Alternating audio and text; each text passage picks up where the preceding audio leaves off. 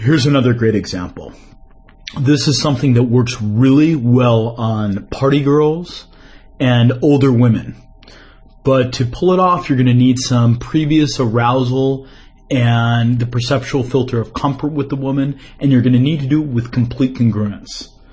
When you have these things, it is unbelievably powerful. So a lot of times at a certain point during an interaction between you and a woman, she's going to ask you what you do for a living. What I'll do is I'll retort with, look, I know you're asking me these questions because you're hoping I'm a stripper.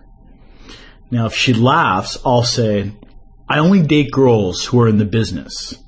Let's see your best stripper move. And if I have comfort with her, she likes me, I have some arousal in her body, and I say this with congruence, oftentimes she will show me her best stripper move, especially if she's playful. If she does, I'll say to her, ooh, what's your stripper name?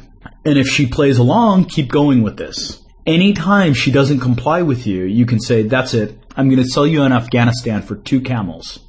So let's break down what is going on here and why not only is this hilarious, but it's so powerful. To start off with, you're using a male stereotype to frame her question as meaning that she hopes you're a stripper. Now, you don't flat out tell her that you're a stripper, you imply that you are. And then you make her prove herself to you through showing you her best stripper move. Next, if it's good, if she's enthusiastic about it, you let her know that you approve by asking her what her stage name is. All of this in a very strong way is setting the metaframe that you're the prize. It's also hitting several compliance triggers. The first, obviously, is apposition of opposites. Since it is usually the guy asking the woman if she's a stripper, you're doing the opposite, which her conscious mind can't process, and that makes her more compliant. Another compliance trigger is commitment and consistency.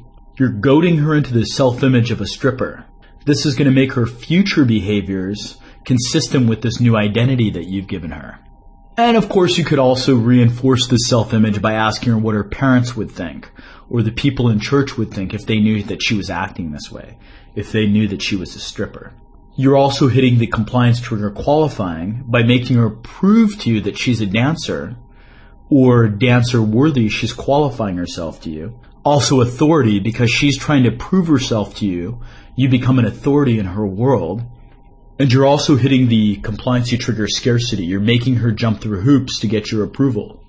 You're also doing many things to build arousal inside of her body. You're hitting many of her primitive emotions. The first primitive emotion that you're evoking is discontent. By creating an obstacle between A, getting to date you, or B, getting your approval, it's going to incite the primitive emotion discontent. Also, you're doing things to evoke a feeling of needing your validation. If she doesn't live up to your stripper self-image, then you're threatening not to validate her. And this leads into another primitive emotion, a fear of loss. Fear that if she doesn't do exactly as you want her to do, or if she isn't stripper worthy, you're going to walk away from her. You're also filling several of her sexual needs. Her physical need to be aroused. The primitive emotions that you've evoked do a good job of filling that need. You're also filling her need to feel seduced.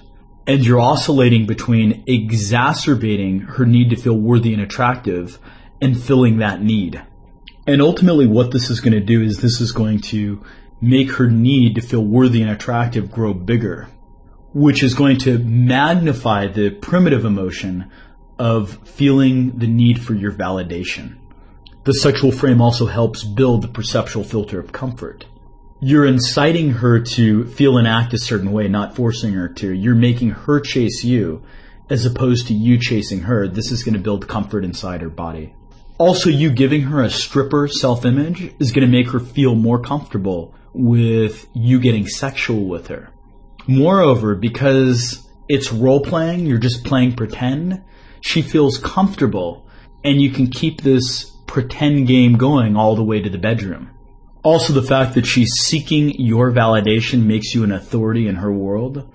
And as you know, when people see another person as an authority, they trust that person's judgment. They're more comfortable being compliant to them.